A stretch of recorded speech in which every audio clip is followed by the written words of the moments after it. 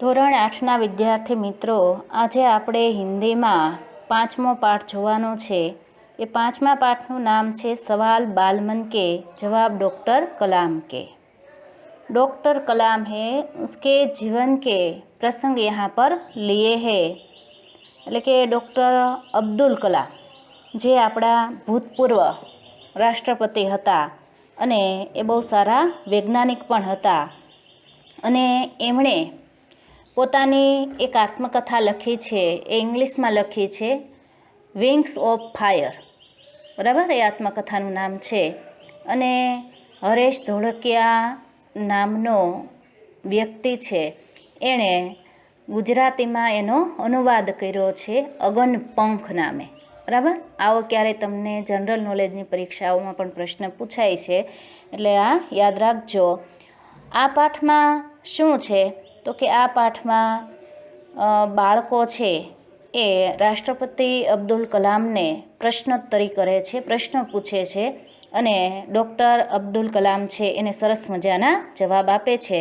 જ્યારે એ રાષ્ટ્રપતિ હતા ત્યારે આવી પ્રશ્નોત્તરી એણે બાળકો સાથે કરી હતી। હવે આપણે જોઈએ કે અબ્દુલ કલામ છે એનું આખું નામ પણ, પૂરું નામ પણ પૂછાય છે।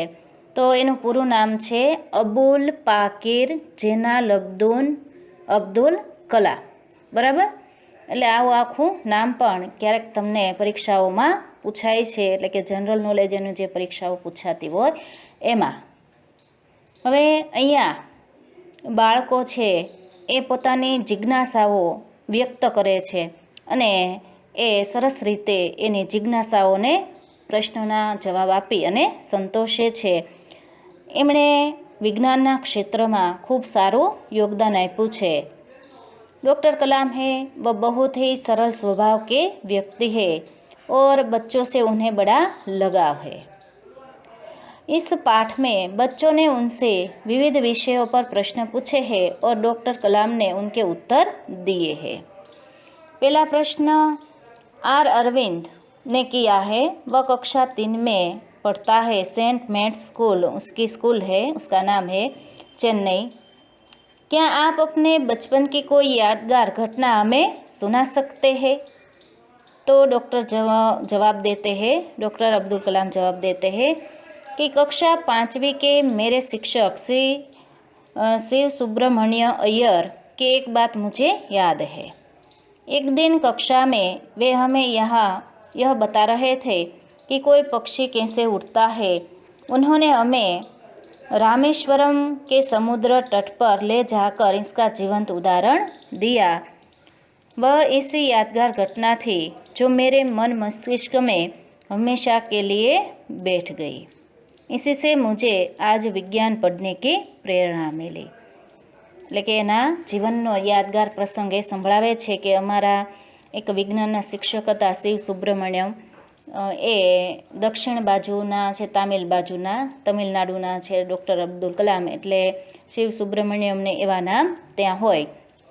તો એના શિક્ષક છે એ એમ કે પક્ષી કેવી રીતે ઉડે છે એ બતાવવા માટે સમુદ્રના કિનારે લઈ જાય છે। રામેશ્વરમ એનું ગામ છે અબ્દુલ કલામનું, અને એનું જીવંત ઉદાહરણ એ ત્યાં બતાવે છે અને એ ઉદાહરણ જોઈ અને પછી એને વિજ્ઞાન ભણવાની પ્રેરણા મળે છે અબ્દુલ કલામને।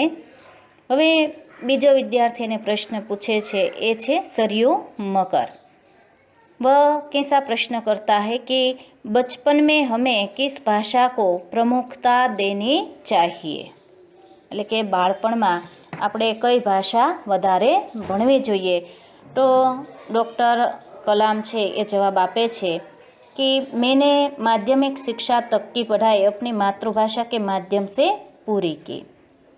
એટલે કે એ માતૃભાષામાં પ્રાથમિક શિક્ષણ અપાવવું જોઈએ એના એ હિમાયતી હતા। એટલે કે એવું કહેતા હતા કે માતૃભાષામાં એમ કે શિક્ષણ દરેક બાળકને પ્રાથમિકનું મળવું જોઈએ। कॉलेज और उससे आगे की शिक्षा अंग्रेजी माध्यम की संस्थानों में हुई। मेरा मानना है कि हम कॉलेज में भी माध्यम के रूप में मातृभाषा का चुनाव कर सकते हैं, क्योंकि युवा अपनी मातृभाषा में ही सोचता है, उसमें अपनी बात सहजता से कहने में सक्षम होता है। पर इसमें कोई भी दो राय नहीं है कि वैश्विक स्तर पर संपर्क के लिए हमें अंग्रेजी जैसी एक संपर्क भाषा की नितांत आवश्यकता है। એટલે કે ડૉક્ટર અબ્દુલ કલામ છે એમ કહે છે કે આપણે આપણી માતૃભાષામાં શિક્ષણ લેવું જોઈએ, પણ અંગ્રેજી પણ શીખવું જોઈએ. શા માટે? તો કે એ વૈશ્વિક સ્તરની આપણે સંપર્ક માટેની ભાષા છે. એટલે કે આપણે વિશ્વના દેશો સાથે સંપર્ક સાધવો હોય તો અંગ્રેજી ભાષા શીખવી પણ જરૂરી છે. હવે ત્યાર પછીનો પ્રશ્ન પૂછે છે હર્ષ પટેલ. वह ऐसा प्रश्न पूछता है कि यदि हम आपकी तरह बनना चाहे तो हमें क्या करना चाहिए? એટલે કે અમે તમારી જેવા બનવા માગીએ છીએ તો અમારે શું કરવું જોઈએ? तो कलाम जवाब आपे छे, जब आप युवा अवस्था में कदम रखें तभी आपको जीवन में लक्ष्य निर्धारित कर लेना होगा. એટલે કે જ્યારે તમે યુવાનીમાં પ્રવેશ કરો છો ત્યારે તમારે તમારું ધ્યેય શું છે એ નક્કી કરી લેવું જોઈએ. हमेशा कुछ बड़ा सोचो, जैसे ही यह अनुभूति हो कि आप आखिर बनना क्या चाहते हैं, तभी से उस दिशा में प्रयास और श्रम प्रारंभ कर दो. कहने का अर्थ है कि जी तोड़ मेहनत करो, खूब मेहनत करो और अपना लक्ष्य है उसे निर्धारित कर लो और उसे लक्ष्य तक पहुंचने के लिए हमें बहुत मेहनत करनी चाहिए. इसी बात कलाम कहते हैं, जो जो आप आगे की ओर बढ़ोगे आपका सामना बाधाओं तथा कठिनाइयों से होगा. बाधाओं यानी कि मुश्किलियाँ. तो मुश्किलें आएगी, आपको अपने अंदर दृढ़ साहस पैदा करना होगा. એટલે કે આપણી અંદર આપણે દૃઢ સાહસ ઉત્પન્ન કરવું જોઈએ કે હું ગમે તેવી મુશ્કેલી આવે તો પણ મારા લક્ષ્યને હું પ્રાપ્ત કરીને રહીશ. समस्याओं को पराजित करने में महारत हासिल करनी होगी, तभी जीवन में सफल हो पाओगे. पहले यह जरूरी है कि आप निरंतर ज्ञान अर्जित करो. એટલે કે એમ કહે છે કે તમારા જીવનમાં પહેલાં તમે લક્ષ્ય નક્કી કરી નાખો કે તમારે શું બનવું છે અને પછી મુશ્કેલીઓ આવવાની છે તો એનો તમે સામનો કરો. અને એ માટે જરૂરી છે કે સતત તમે જ્ઞાન પ્રાપ્ત કરતા રહો.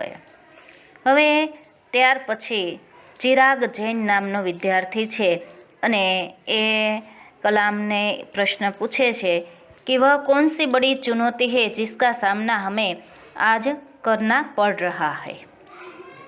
बराबर. तो कलाम जवाब देते हैं कि भारत को सन 2020 तक एक विकसित राष्ट्र के रूप में परिवर्तित करना और देश के 1 अरब से अधिक नागरिकों के चेहरों पर मुस्कान देखना यही राष्ट्र के समक्ष सबसे बड़ी चुनौती है. એટલે કે સૌથી મોટી એમ કે ચુનૌતી શું છે, ચેલેન્જ શું છે દેશની સામે?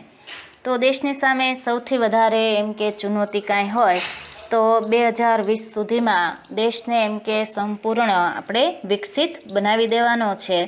અને દેશમાં ઘણા બધા એમ કે આવા યુવાનો છે તો એ બધાએ એમ કે સાથે મળી અને આ કાર્ય કરવું જોઈએ અને દરેકના ચહેરા ઉપર હાસ્ય જોવા મળે એ એમ કે આ દેશની એક ઈચ્છા છે. તો એ એમ કે આપણે રાષ્ટ્રની આ ચુનૌતીને આપણે પહોંચી વળવું જોઈએ.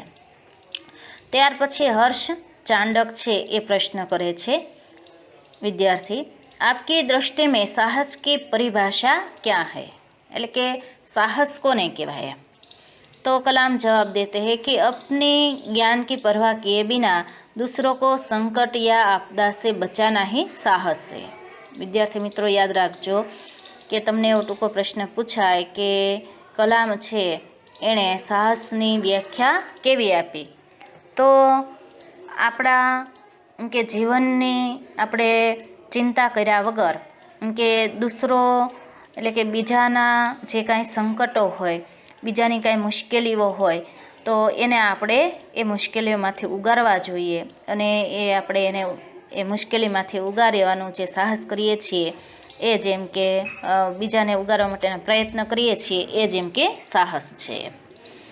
હવે ત્યાર પછીનો વિદ્યાર્થી છે તરુણ પટેલ. એવો પ્રશ્ન કરે છે કે हम प्रवासी भारतीय मातृभूमि के प्रति गर्व की भावना कैसे विकसित करें? એટલે કે આપણી આ ભૂમિ છે માતૃભૂમિ તો એના પ્રત્યે આપણે ગર્વની ભાવના છે એનો વિકાસ આપણે કેવી રીતે કરી શકીએ? તો જવાબ આપે છે कलाम कि भारतीय मूल का कोई भी व्यक्ति एक बृहद भारतीय परिवार का अंग है और उसे हमारे देश की सांस्कृतिक विरासत पर गर्व है। सौभाग्य से आप लोग ऐसी स्थिति में है कि अपनी मातृभाषा से अच्छी तरह से जुड़े हुए हैं और यही आपके लिए गौरव की बात है।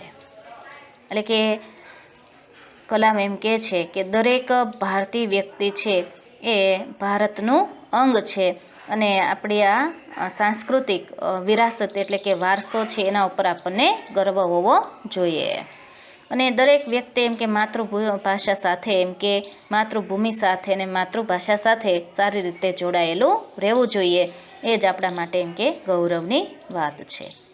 ત્યાર પછીનો વિદ્યાર્થી છે સત્ય અને એ ડૉક્ટર કલામને એવો પ્રશ્ન પૂછે છે કે જો भी बच्चे आपसे मिलते हैं वे कहते हैं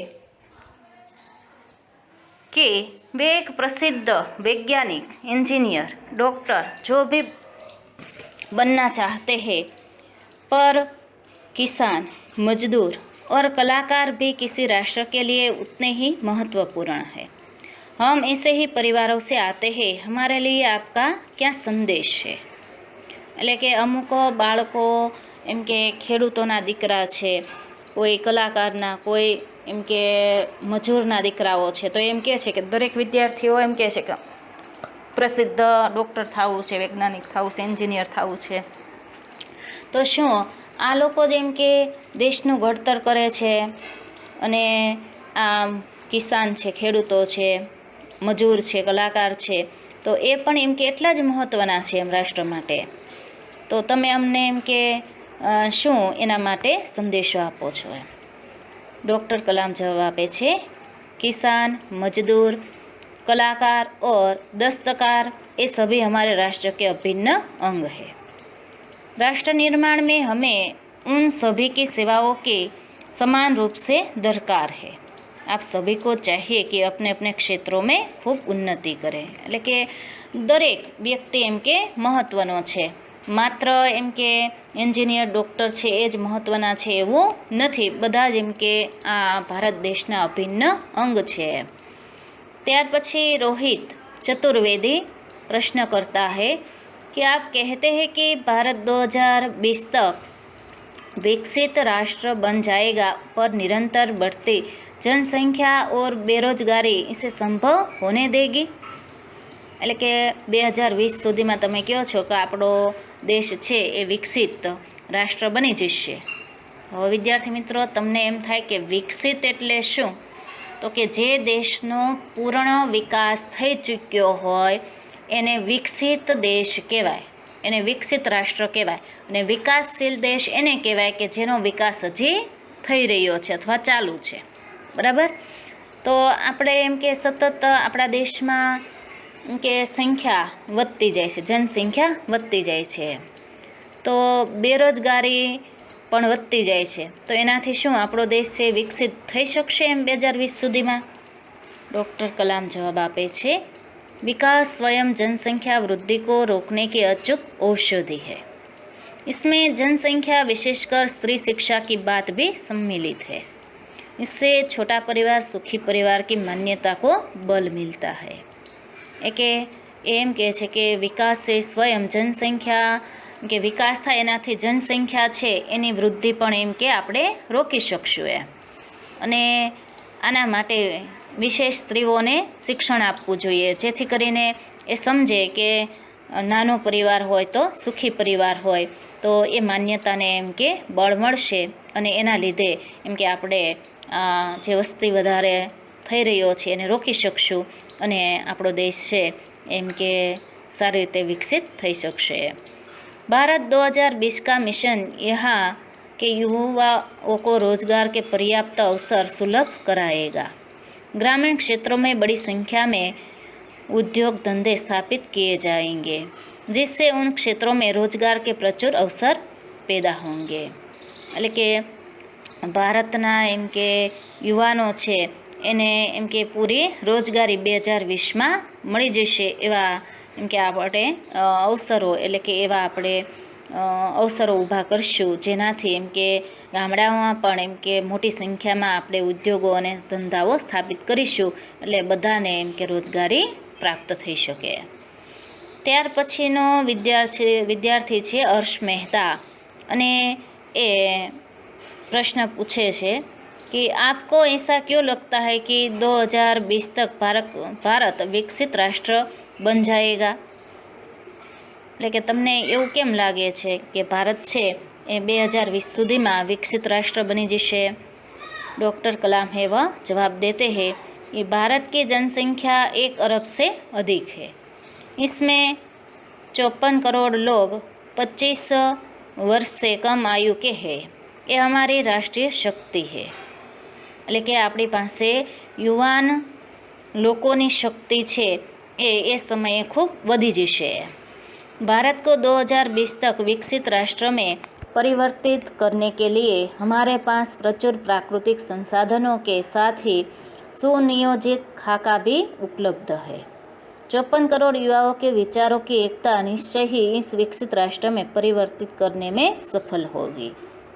એટલે કે 2020 સુધીમાં આપણો દેશ છે એ વિકસિત રાષ્ટ્રમાં એટલા માટે પરિવર્તિત થઈ જશે કે આપણી પાસે ઘણા બધા પ્રાકૃતિક સંસાધનો છે, અને એનો ઉપયોગ કરી અને આપણા યુવાનો છે એ આગળ એમ કે પહોંચી જશે, અને એનાથી આપણા દેશનો વિકાસ પૂરેપૂરો થઈ જશે.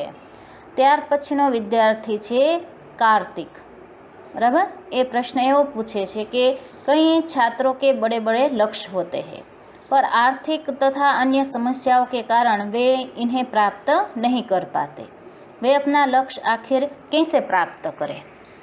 એટલે કે એમ કહે છે કે ઘણા બધા વિદ્યાર્થીઓ છે તો એનું મોટું સ્વપ્ન હોય કે પોતે એમ કે કંઈક ભણી ગણીને આગળ વધે, પણ એવું બને છે કે આર્થિક પરિસ્થિતિ એની સારી ન હોય તો એ પોતાનું લક્ષ્ય કેવી રીતે એમ કે પ્રાપ્ત કરી શકશે. તો ડૉક્ટર કલામ હે वह जवाब देते हैं कि स्कूल में पढ़ाई में अच्छा प्रदर्शन करने पर छात्रवृत्ति प्राप्त होगी. साथ ही उच्च शिक्षा के लिए बैंकों से ऋण लेने हेतु पात्रता भी बनेगी. जीवन में ऊंचा लक्ष्य निर्धारित करने पर बाधाएं तो आती ही है. એટલે કે સ્કૂલમાં ભણવા માટે જે ખૂબ સારા ટકા લઈ આવે તો એમ કે શિષ્યવૃત્તિ આપણી સરકાર એને આપે છે વિદ્યાર્થીને ભણવા માટેની. આ ઉપરાંત આગળ એન્જિનિયર ડૉક્ટર થવું હોય તો માસ્ટર ડિગ્રી માટે પણ બેંક છે એ લોન આપે છે. અને ઊંચું લક્ષ્ય આપણે પ્રાપ્ત કરવું હોય તો કલામ એમ કહે છે કે ઘણી બધી મુશ્કેલીઓ પણ આવે જ છે, પણ हमें कठोर परिश्रम और उत्कृष्ट कार्यों से इन्हें पराजित करना होगा. विघ्न बाधाओं से व्यक्ति को पराजित नहीं होना चाहिए. એટલે કે વિઘ્ન તો આવે જ, પણ એનાથી આપણે પરાજિત થવાનું નથી. ત્યાર પછીનો વિદ્યાર્થી છે મિથુન.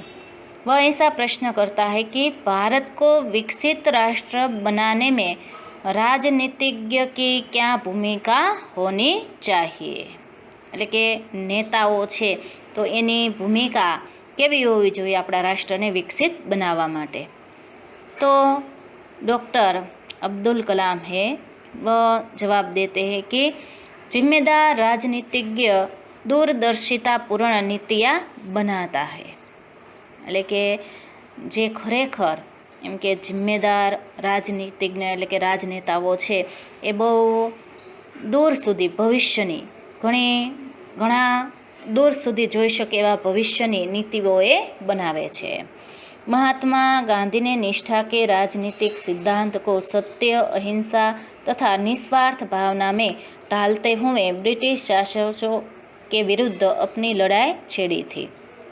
એટલે કે મહાત્મા ગાંધીજીએ પણ નિષ્ઠાપૂર્વક એમ કે રાજનીતિના સિદ્ધાંતો ઉપર એમ કે સત્ય, અહિંસા, નિસ્વાર્થને એ ભાવનાને આગળ વધારી અને આ બ્રિટિશ શાસકોની સામે લડાઈ એણે छेड़ी थी. એટલે કે લડાઈ એમણે કરી હતી. वर्तमान राजनीतिज्ञों को अपने कठिन परिश्रम, उत्कृष्टता और पारदर्शी कार्यों से मार्गदर्शन देना होगा.